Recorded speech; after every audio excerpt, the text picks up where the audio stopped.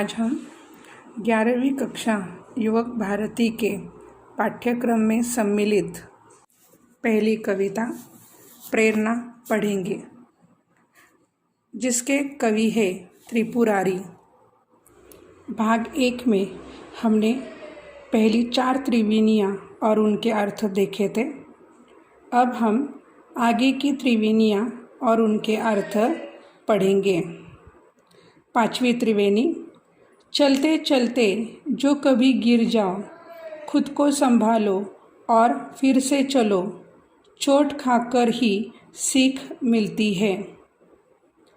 इस त्रिवेणी में कवि का मानना है कि जीवन में संकट आते जाते हैं, संघर्ष में ही व्यक्ति की परीक्षा होती है, उससे उबरना ही व्यक्ति की पहचान है।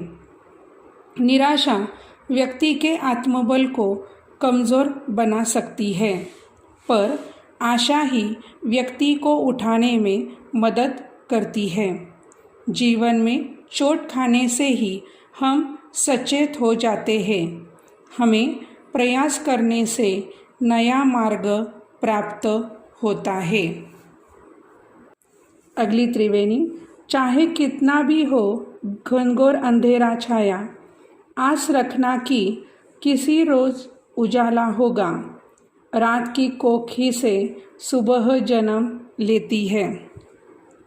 यहाँ पर कवि कहते हैं कि अंधेरे में इतना सामर्थ्य नहीं है कि वह प्रकाश को रोक सके।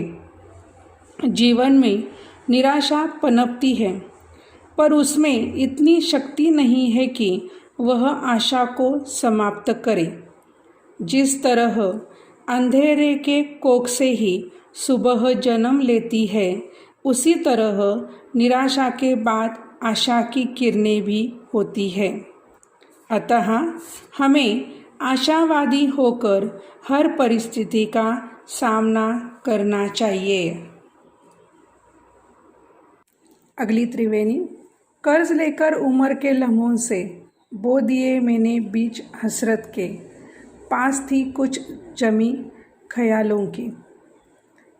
यहाँ पर कवि कहते हैं कि इंसान जब तक जीवित रहता है, वह अधिकाधिक सुख सुविधा प्राप्त करने की, अपनी इच्छाओं की पूर्ति के लिए भागदौड़ करता रहता है। इस त्रिवेणी में कवि ने जीवन भर संघर्ष करने की मानव की प्रवृत्ति को दर्शाया है।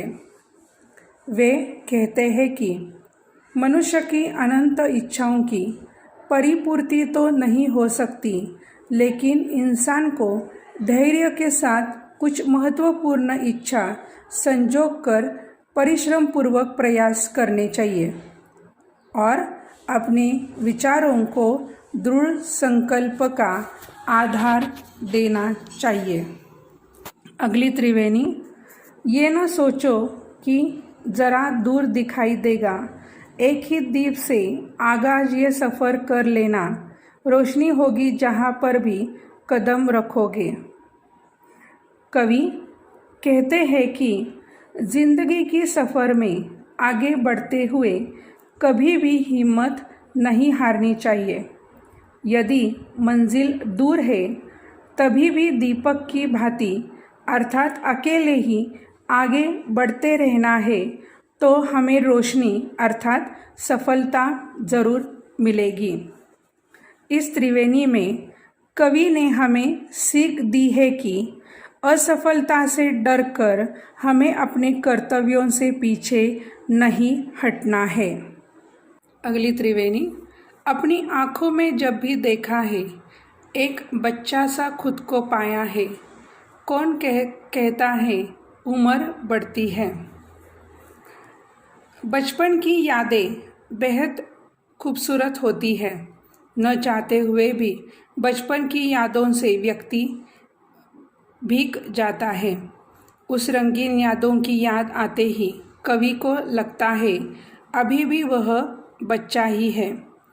उसे उम्र का ख्याल नहीं है कि वह बूढ़े हैं। यहाँ पर कवि कहते हैं कि मनुष्य तन से कमज़ोर और बूढ़ा होता है, लेकिन वह मन से बच्चा ही होता है। उसका मन कभी भी बूढ़ा नहीं होता है। अगली त्रिवेणी। आंसू खुशियाँ एक ही शय है, नाम अलग है इनके। पेड़ में जैसे बीज छुपा हो, बीज में पेड़ है जैसे। एक में जिसने दूजा देखा, वही सच्चा ज्ञानी। इस त्रिवेणी में आंसू और खुशियाँ एक ही वस्तु है, ऐसा कवि कहते हैं।